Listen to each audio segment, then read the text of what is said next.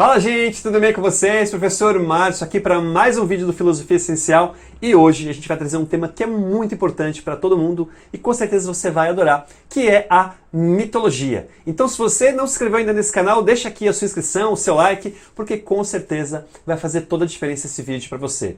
Então vamos junto, começando mais um Filosofia Essencial.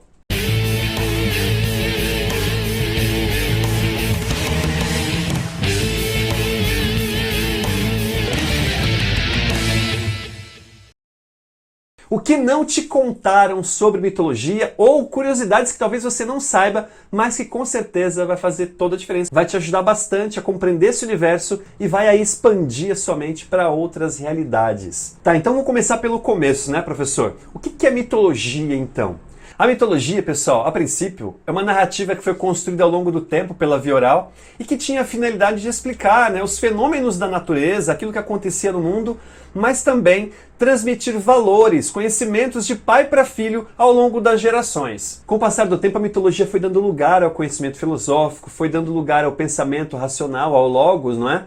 Porém, obviamente, ela não teve fim, ela continua até os dias atuais. A gente ainda tem muitas mitologias presentes no nosso contexto cultural e a gente vai falar um pouco sobre isso hoje também. Como muitos de vocês já devem saber, existem várias mitologias, né? Além da mitologia greca-romana, a gente tem a mitologia africana, a mitologia indiana, a mitologia nórdica, chinesa, enfim, há uma série de outras mitologias, inclusive indígena. Não podemos esquecer da nossa própria mitologia, né? Porém, por que, professor, que então a gente difunde tanto, a gente fala tanto sobre a mitologia greco-romana? É simples, porque a mitologia greco-romana, ao longo do tempo, ela foi a que mais se difundiu pela cultura ocidental, pela cultura que influenciou a nossa formação cultural, principalmente aqui na América. Então é muito natural que essa tenha sido a que mais se espalhou, porque era a mitologia própria daquela cultura que influenciou a nossa cultura atual. E o que talvez ninguém te contar...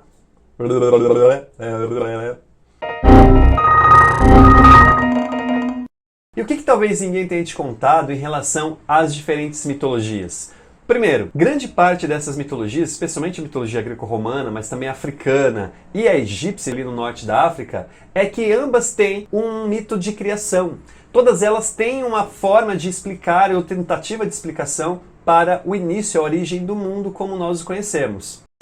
Fala, não me diga! Outra coisa é que essas mitologias elas nunca foram uma religião institucional, ou seja, elas nunca foram uma crença muito bem estabelecida e elas não eram bem definidas, elas eram passadas de fato de pai para filho, pela via oral. Então é muito comum que várias narrativas dessas possam ser contadas de uma forma em um determinado lugar e de outra em outro lugar. As principais narrativas que nós conhecemos sobre a mitologia grega, pessoal, elas foram escritas lá no século VIII em forma de poema por Homero. São dois textos muito interessantes. A primeira é a Ilíada, que narra toda a guerra de Troia, né, ali entre os povos gregos, e o segundo é a Odisseia, que na verdade tem esse nome porque ela trata da volta de Odisseu, ou Ulisses, né, na nomenclatura grega, para a sua terra. Então são dois textos que vão falar aí um pouco desse contexto mitológico de uma forma muito brilhante e de forma poética. Oh my God!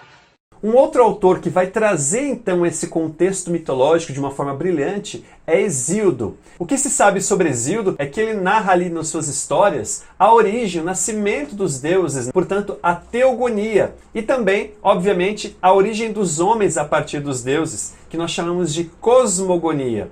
Então Homero e Hesíodo são esses dois principais autores que vão difundir as crenças populares desse contexto mitológico que nós temos notícias até hoje. E obviamente são histórias bastante interessantes.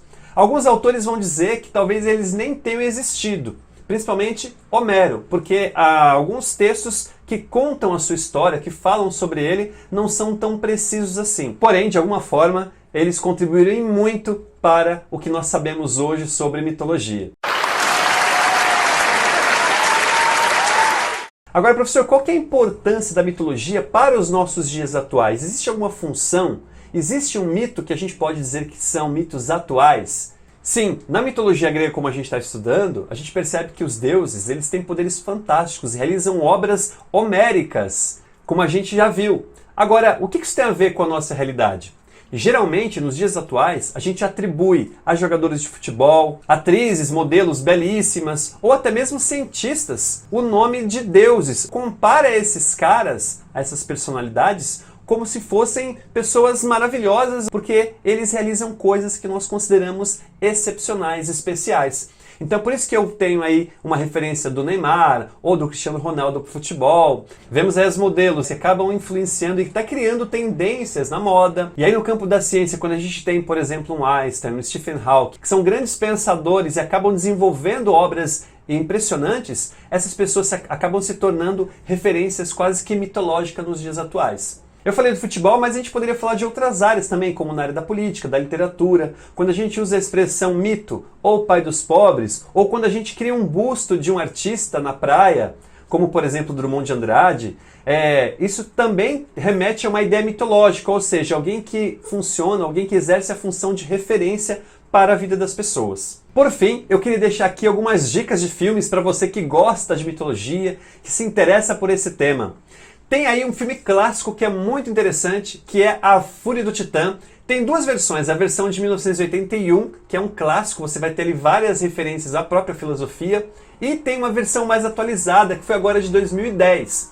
Entre outros filmes, por exemplo, Imortais, Troia, que tem aí estrelando o Brad Pitt, numa atuação fantástica, como Aquiles. A gente vai ter, por exemplo, filmes como O Senhor dos Anéis, que tem uma saga completa aí, apresentando um pouco a mitologia nórdica e celta.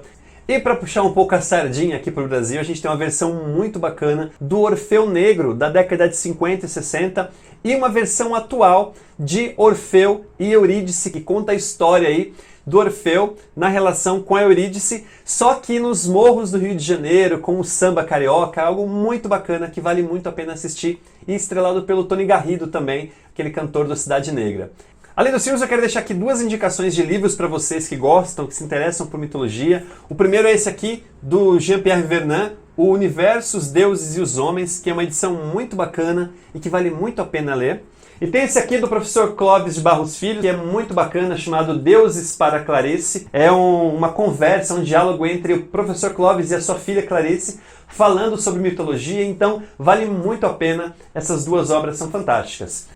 Enfim, pessoal, é isso. Se você gostou desse vídeo, não se esquece, deixa aqui embaixo seu like, se inscreve no canal, porque vão vir muitos outros vídeos sobre filosofia, sociologia, história, e eu espero que você curta bastante caminhar com a gente nesse projeto aí do Filosofia Essencial. Um grande abraço e até mais. Tchau, tchau!